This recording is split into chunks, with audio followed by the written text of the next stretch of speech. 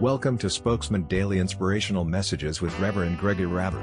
Reverend Gregory Rabber is a physician and a minister of the Word of God called to communicate and bring the message of hope to our generation. This message will build your faith, inspire hope, and fill you with strength to win over life challenges. This is in Joshua chapter 3, verse 5. Joshua told the people, "Consecrate yourself, for tomorrow the Lord will do amazing things among you." Now, simply put, it means separate yourself, for the Lord will do wonderful things through you. If you are going to come to the point of sanctifying yourself, there are certain things you must do for the sake of something higher. For the sake of something higher. I was discussing with an army officer, and we're talking about vices. So the colonel in the army worked with all the big people in the army. And I said, "Sir, I don't think I can remember any kind of addiction I've had in life. I've never smoked, I never drank, I never..." And the man said, "Well, I've had everyone. Smoke, woman, everything in this life, I've done it." Then, because it was relevant to my own field, and I said, "Please, can you tell me how your smoking history?" He said, "I supposed to smoke." I said, "Do you smoke in packs?" He said, "I smoke in rolls." I said, "So good that you didn't die early."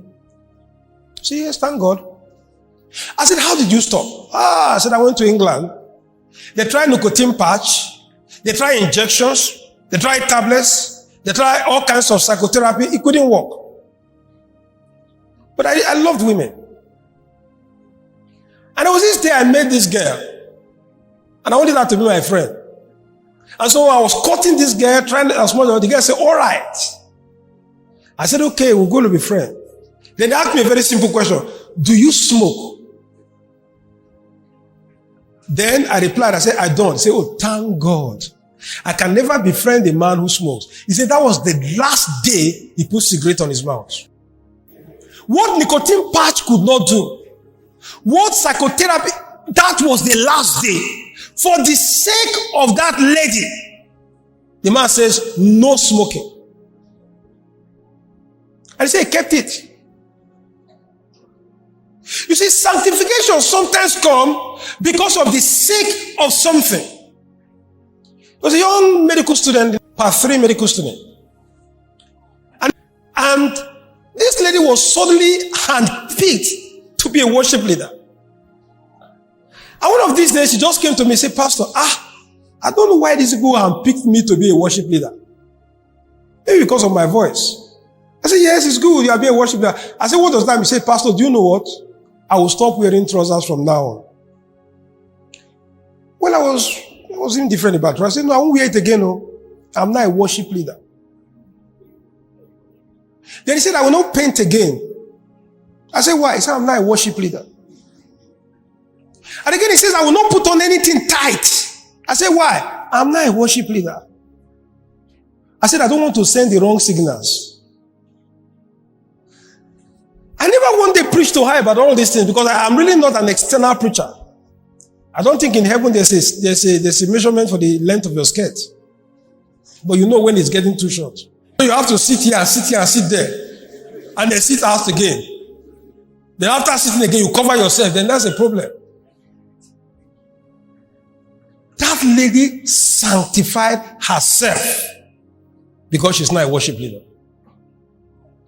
Because she knows a worship leader is a person who has direct communication with God. Let me tell you, my sermon is worship. Your songs is worship. Your offering is worship.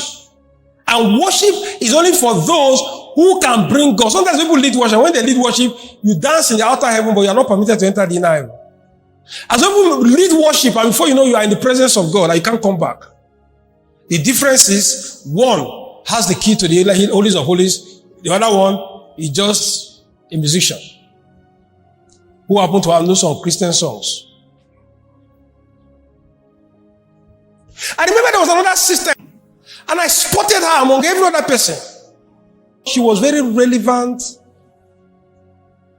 to helping me and assisting in the work. One day she came to my office and said, "Sir, because I have been known to be associated with you, there are things I can never do." I said, "Why?" "Because I will bring disgrace to you and to this work." Simple. Men used to toast her, men all kinds of messages, but now it is no more. Certain things you do for the sake of certain things. And that's what Jesus did in John 17. He says, "For their sake, I do what? I sanctify myself." Ordinarify them by your truth. Your word is truth. As you sent me into the world, I have sent them into the world. For them, or for their sake, I sanctify myself. If you enjoyed today's message, why don't you be a blessing and share it with a friend? If you have any inquiry, testimony, or prayer request, email us at info@gregorabber.com. To partner with Reverend Professor Gregor Rabber in communicating the message of hope to people of all nations, please visit our website www.spokesmancom.org. God bless you.